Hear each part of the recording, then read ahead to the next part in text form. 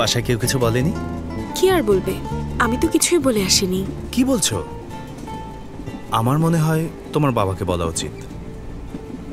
আচ্ছা ঠিক আছে। হ্যালো। হ্যালো বাবা, আমি বন্ধুদের সাথে গোয়া যাচ্ছি। কিন্তু এখন কেন বলছো? তোমাকে না বলে চলে এসেছি, তাই ভালো লাগছে না। Take care. Thank you. Tension of brandy, এর প্রতিটা পেগ টেস্টি। এই কথা কম। Hello, ticket.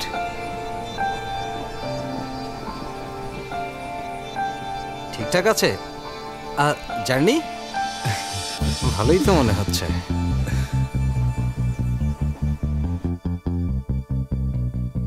থ্যাঙ্কস। এই যে তোমার রুম। ঠিক আছে, নাও। Thank you. বাই। আমার বিশ্বাসই হচ্ছে না, কাউকে কিছু না বলেই চলে এলাম। It's okay. আসলে ব্যাপারটা হচ্ছে, তুমি যদি তোমার বাবাকে বলে আসতে তাহলে সে খুশি হতো, কিন্তু এতে কোনো ড্রামা নেই। স্টোরিতে ড্রামা প্রয়োজন। ক্লাস নিচ্ছ? তুমি তো ফিল্ম মেকিং এর ব্যাপারেই প্রশ্ন করেছো।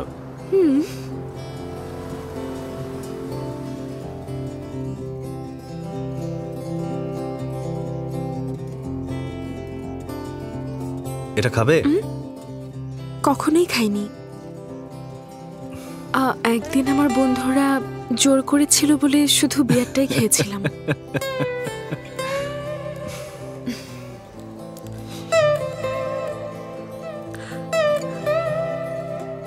চিয়ার্স। প্রেজেন্টেশনটা ভালো ছিল। Thank you.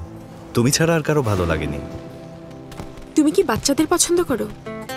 ক্রাউড ফান্ডিং করে দেখো না, একটু আগেই ক্লাসটা করলাম, খুব ভালো ছিল। হ্যাঁ জানি। তাহলে চেষ্টা করছো না কেন? আসলে তা জানি না, কিন্তু মনে হয় না বাচ্চাদের এই প্রজেক্টের জন্য কেউ ফান্ডিং দেবে। আমি সাহায্য করব। আমার পরিচিত অনেক বন্ধু আছে, একটা অনলাইন বাস তৈরি করব। তোমার প্রেজেন্টেশন দেখে তারা নিশ্চয়ই পছন্দ করবে, তখন প্রজেক্ট ফান্ডিং পাওয়া সহজ হবে।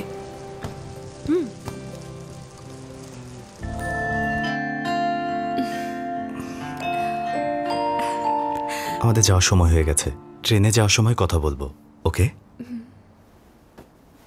আচ্ছা, অন্য কারোর সাথে এমন করে আগে কখনো কি?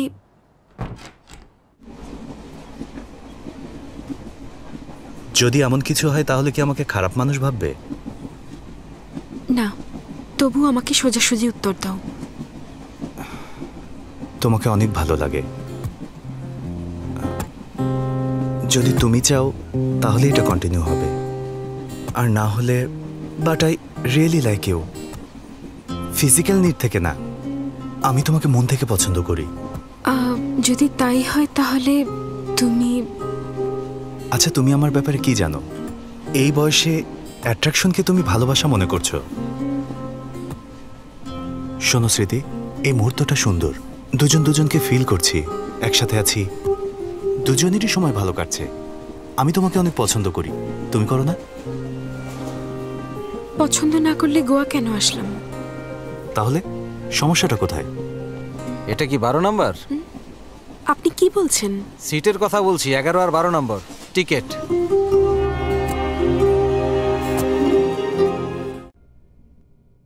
কিছু মনে না করলে একটা কথা জিজ্ঞেস করি। তোমার কি মনে হয় না ওই মেয়েটাকে মিথ্যে বলে তুমি ওর ইমোশনের সুযোগ নেবার চেষ্টা করছো? কি না, আমি একদমই এমন ছেলে না।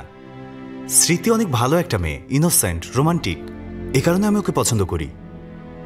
আর সবকিছু দুজনের সম্মতিতেই হয়েছে, মানে কারো কোনো আপত্তি ছিল না। তাহলে ওই মেয়েকে সত্য কথা বললে ও তোমার সাথে থাকবে, না হলে ছেড়ে চলে যাবে। কিছু গোপন করা মিথ্যা বলারই সমান। সঠিক সময় আসলে আমিই বলে দেব। শুধু বন্ধু হয়ে থাকলে কোনো সমস্যা নেই, কিন্তু স্মৃতি যদি আমার গার্লফ্রেন্ড হয় তাহলে সমস্যা আছে। সব সাধারণ হয়ে যাবে, একে অন্যকে সম্মান দিতে পারবো না, ঘোরাফেরা, ঝগড়াঝাটি, আলাদা হয়ে যাওয়া, সম্পর্কই ভেঙে যাবে। তাই সাধারণ কাপল হওয়ার চেয়ে এভাবে থাকাই ভালো না? তোমার চিন্তা ভুলও হতে পারে। কারো কাছে ভালোবাসার জন্য একটা মুহূর্তই যথেষ্ট, কারো কাছে একটা হাসি, আবার কারো কাছে মানসিকতা। তো ওর ফিলিংটা সত্যিও হতে পারে। এখন থেকে সত্য বলার চেষ্টা করবে।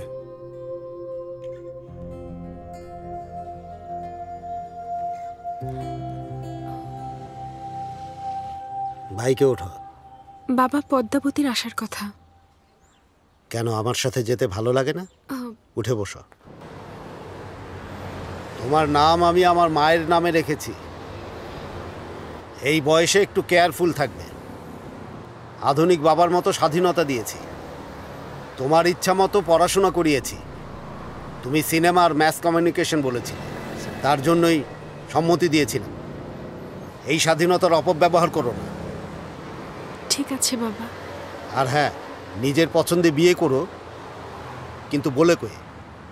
পালিয়ে বিয়ে করে বসো না। এখন থেকে যা করবে আমাকে জানিয়ে করবে, লুকিও না। ওকে? আচ্ছা ঠিক আছে। আই লাভ ইউ বাবা।